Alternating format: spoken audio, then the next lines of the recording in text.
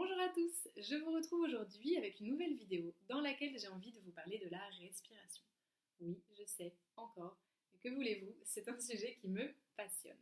Dans ma dernière IGTV, je vous expliquais comment respirer correctement et dans le bon sens, à savoir d'abord avec le ventre qui se gonfle et ensuite dans la poitrine. Aujourd'hui, j'ai envie de vous parler des rôles de la respiration et finalement pourquoi on respire. Vous allez me dire, on respire pour vivre, oui, mais pas que. Une bonne respiration aura énormément d'effets, tant sur le plan physique que sur le plan mental. Malheureusement, on ne va pas se mentir, on est nombreux à ne pas vraiment prêter attention à la manière dont on respire. On respire, c'est là, c'est bien, et basta, on n'y pense pas. Sur le plan physique, une bonne respiration va apporter de bons échanges gazeux. Donc par voie de fait, une bonne oxygénation cellulaire, qui veut dire un bon fonctionnement cellulaire et donc un bon fonctionnement des organes, des systèmes et du corps dans son ensemble. Ça va aider à la gestion du stress oxydatif. Ça va également permettre d'augmenter les capacités physiques, d'augmenter l'endurance, voire même de potentialiser la récupération sportive, par exemple. Une bonne respiration va aussi amener la mobilisation du diaphragme, qui est le muscle qui se situe ici, dont je vous parlais la dernière fois, et qui, quand on inspire, vient se baisser et qui remonte quand on expire.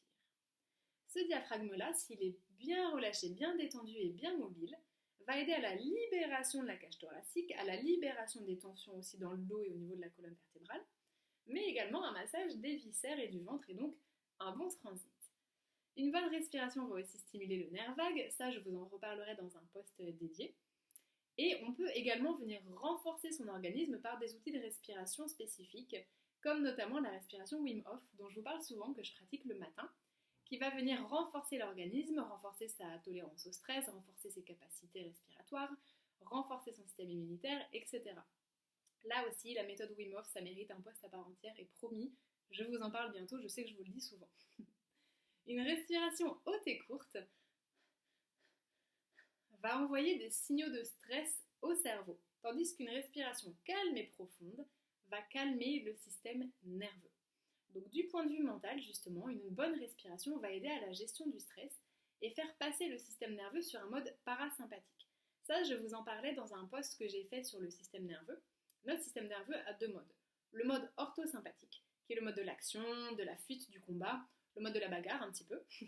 Et cette respiration-là va venir activer le mode de l'urgence et le mode sympathique, justement.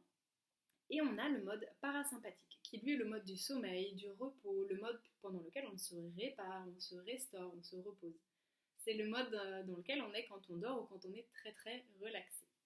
Ce mode parasympathique là s'active avec une bonne respiration et donc va venir aider à la gestion du stress. La respiration aide aussi à évacuer, on va pas se mentir. Un bon soupir, ça soulage, je pense qu'on a tous déjà connu ça. Mais ça aide aussi à se recentrer, par exemple, quand on est stressé, avoir un entretien d'embauche, c'est bientôt à nous. Ok. J'inspire et j'expire calmement, ça me recentre, ça me calme, ça me pose instantanément. On a également des exercices comme les exercices de breathwork ou le reverse, pardon pour cet accent anglais-français, qui permettent de venir travailler sur des traumas et débloquer des traumas, des blocages, des émotions, des tensions, libérer des choses qui seraient restées bloquées, coincées, et qui potentiellement nous retiendraient et nous empêcheraient d'avancer dans la vie. Ça, ce sont vraiment des méthodes de respiration à part entière qui sont très thérapeutiques et dont je vous reparlerai bientôt, parce qu'il y a du nouveau qui arrive à ce niveau-là très bientôt. Donc, apprendre à travailler son souffle, et vous l'aurez compris, c'est gagner un allié qui est très très précieux dans sa santé et dans son bien-être. C'est un pilier qui est très simple, qui est toujours là, qui est gratuit. Il n'y a pas besoin d'aller chercher midi à 14h, de faire des cures de ci, de ça.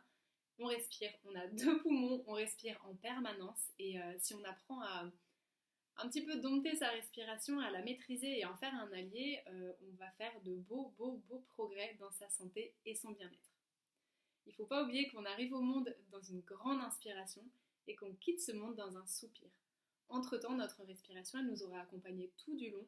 Donc faisons-en un ami et un allié, s'il vous plaît. Vous allez voir, c'est magnifique. On en reparle très bientôt à nouveau parce que c'est un sujet duquel je n'ai pas fini de vous parler. J'ai plein de choses à vous dire et plein de choses à vous proposer à ce sujet-là. J'espère que ça vous plaira. Prenez bien soin de vous.